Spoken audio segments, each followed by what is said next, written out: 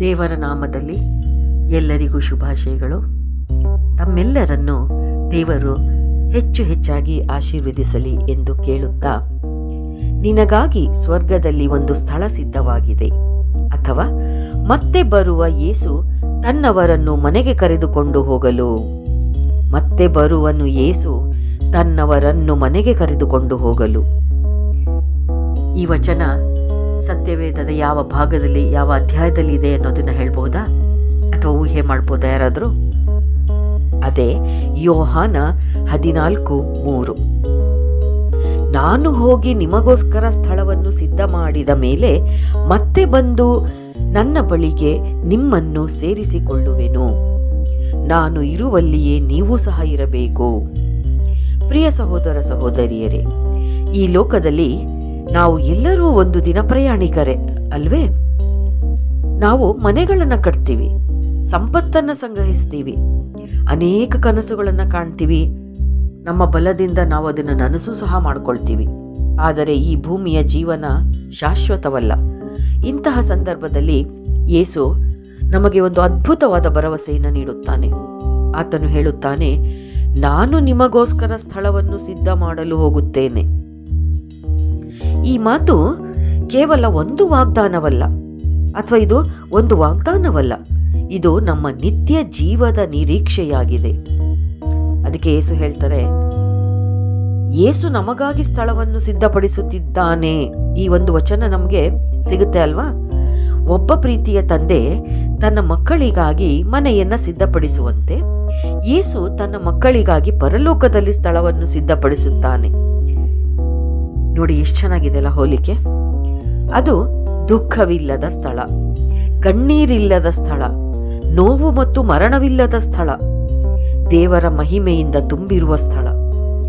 ಯೇಸು ನಮ್ಮನ್ನು ಮರೆಯಲಿಲ್ಲ. ಆತನು ನಮಗಾಗಿ ಕಾರ್ಯನಿರತನಾಗಿದ್ದಾನೆ. ಯೇಸು ಮತ್ತೆ ಬರುತ್ತಾನೆ, ಪುನರುತ್ಥಾನವಾಗಿದೆ. ಯೇಸು ಕೇವಲ ನಾನು ಹೋಗುತ್ತೇನೆ ಅಂತ ಹೇಳಿಲ್ಲ. ಆತ ಏನ್ ಹೇಳ್ದ? ನಾನು ಮತ್ತೆ ಬರುವೆನು, ಹೋಗ್ತೀನಿ ಮತ್ತೆ ಬರ್ತೀನಿ. ಇದು ಕ್ರೈಸ್ತ ನಂಬಿಕೆಯ ಮಹತ್ವದ ನಿರೀಕ್ಷೆಯಾಗಿದೆ ಅಲ್ವಾ? ಆತನು ಮೊದಲ ಬಾರಿ ರಕ್ಷಿಸಲು ಬಂದನು, ಎರಡನೇ ಬಾರಿ ತನ್ನವರನ್ನು ಕರೆದುಕೊಂಡು ಹೋಗಲು ಬರುತ್ತಾನೆ. ನೋಡಿ ಎಷ್ಟು ಚೆನ್ನಾಗಿದೆ ಇದು. ಆತನು ಮೊದಲ ಬಾರಿ ರಕ್ಷಿಸಲು ಬಂದನು, ಎರಡನೇ ಬಾರಿ ತನ್ನವರನ್ನು ಕರೆದುಕೊಂಡು ಹೋಗಲು ಬರುತ್ತಾನೆ. ನಾವೆಲ್ಲ ಅವನವನಾಗ ಯೇಸುವಿನ ಶಿಷ್ಯರಾಗೋಣ, ಯೇಸುವಿನ ಜನರಾಗೋಣ. ನಾವು ಆತನ ಆಗಮನಕ್ಕಾಗಿ ಸಿದ್ಧರಾಗಿರಬೇಕು. ಯೇಸು ನಮ್ಮನ್ನು ತನ್ನ ಬಳಿಗೆ ಸೇರಿಸಿಕೊಳ್ಳುವನು. ಯೇಸುವಿನ ಹೃದಯದಲ್ಲಿ ನಮ್ಮ ಬಗ್ಗೆ ಅಪಾರ ಪ್ರೀತಿ ಇದೆ ಜನರೇ. ಆತನು ನಮ್ಮನ್ನು ಸ್ವರ್ಗಕ್ಕೆ ಕಳಿಸುವುದಷ್ಟೇ ಅಲ್ಲ, ತನ್ನ ಬಳಿಯೇ ಇರಿಸಿಕೊಳ್ಳಲು ಬಯಸುತ್ತಾನೆ. ಇದು ಪ್ರೀತಿಯ ಪರಾಕಾಷ್ಠೆಯಾಗಿದೆ ಅಲ್ವಾ? ನಮ್ಮ ಜೀವನದ ಗುರಿ ಕೇವಲ ಭೂಮಿಯ ಯಶಸ್ಸಲ್ಲ, ಯೇಸುವಿನೊಂದಿಗೆ ಶಾಶ್ವತವಾಗಿ ಇರುವುದು. ಈ ನಿರೀಕ್ಷೆ ನಮ್ಮನ್ನು ಬಲಪಡಿಸುತ್ತದೆ. ಜೀವನದಲ್ಲಿ ದುಃಖ, ಕಷ್ಟ, ರೋಗ, ನಷ್ಟಗಳು ಬರಬಹುದು. ಆದರೆ ಯೋಹಾನ 14:3 ನಮಗೆ ಏನಂತ ನೆನಪಿಸುತ್ತೆ? ನಮ್ಮ ಅಂತಿಮ ಗುರಿ ಪರಲೋಕ. ನಮ್ಮ ರಕ್ಷಕನು ಜೀವಂತನಾಗಿದ್ದಾನೆ. ಆತನು ಮತ್ತೆ ಬರುತ್ತಾನೆ. ಆತನು ನಮ್ಮನ್ನು ತನ್ನ ಬಳಿಗೆ ಕರೆದುಕೊಂಡು ಹೋಗುವನು. ಈ ನಿರೀಕ್ಷೆ ಪ್ರತಿಯೊಂದು ಸಂಕಷ್ಟದಲ್ಲೂ ನಮಗೆ ಧೈರ್ಯ ನೀಡುತ್ತದೆ ಅಲ್ವಾ ಪ್ರಿಯರೇ? ಹಾಗಾಗಿ ಈ ಲೋಕವು ನಮ್ಮ ಶಾಶ್ವತ ಮನೆ ಅಲ್ಲ. ಯೇಸು ನಮಗಾಗಿ ಉತ್ತಮವಾದ ಸ್ಥಳವನ್ನು ಸಿದ್ಧಪಡಿಸುತ್ತಿದ್ದಾನೆ. ಇಂದು ನಾವು ನಮ್ಮನ್ನ ಕೇಳಿಕೊಳ್ಳೋಣ, ಏನಂತ? ಯೇಸು ಬಂದರೆ ನಾನು ಸಿದ್ಧನಾಗಿದ್ದೇನೆಯೇ? ಆತನ ವಾಗ್ದಾನವನ್ನು ದೃಢವಾಗಿ ನಂಬೋಣ. ಒಂದು ದಿನ ನಾವು ನಮ್ಮ ರಕ್ಷಕನ ಮುಖವನ್ನು ಮುಖಾಮುಖಿಯಾಗಿ ನೋಡುವೆವು. Hallelujah, praise the lord. ಆ ದಿನಕ್ಕಾಗಿ ವಿಶ್ವಾಸದಿಂದ ಬದುಕೋಣ. ಆದ್ದರಿಂದ ದೇವಜನರೇ, ತಾವೆಲ್ಲರೂ ಕರಗಳನ್ನು ಜೋಡಿಸಿ ಯೇಸುವಿನಲ್ಲಿ ತದೇಕ ಚಿತ್ತದಿಂದ ನೋಡುತ್ತಾ ನನ್ನೊಂದಿಗೆ ಪ್ರಾರ್ಥನೆ ಮಾಡುವಿರಾ?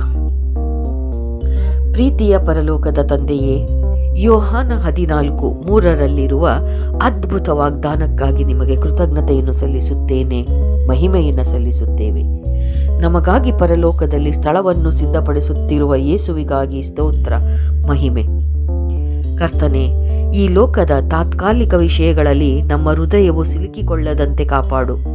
ನಮ್ಮ ದೃಷ್ಟಿಯನ್ನು ಪರಲೋಕದ ನಿರೀಕ್ಷೆಯ ಮೇಲೆ ಕೇಂದ್ರೀಕರಿಸಲು ಸಹಾಯ ಮಾಡು.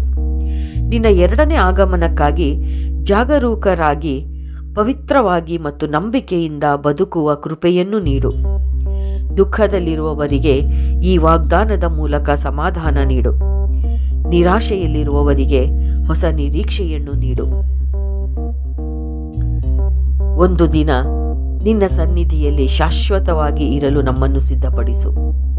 ಈ ಪ್ರಾರ್ಥನೆಯನ್ನು ನಮ್ಮ ಕರ್ತರು ರಕ್ಷಕರೂ ಆದ ಯೇಸುಕ್ರಿಸ್ತರ ನಾಮದಲ್ಲಿ ಕೇಳಿಕೊಳ್ಳುತ್ತೇವೆ. ಪಿತರ, ಸುತರ ಮತ್ತು ಪವಿತ್ರಾತ್ಮರ ನಾಮದಲ್ಲಿ ಆಮೇನ್, ಆಮೇನ್.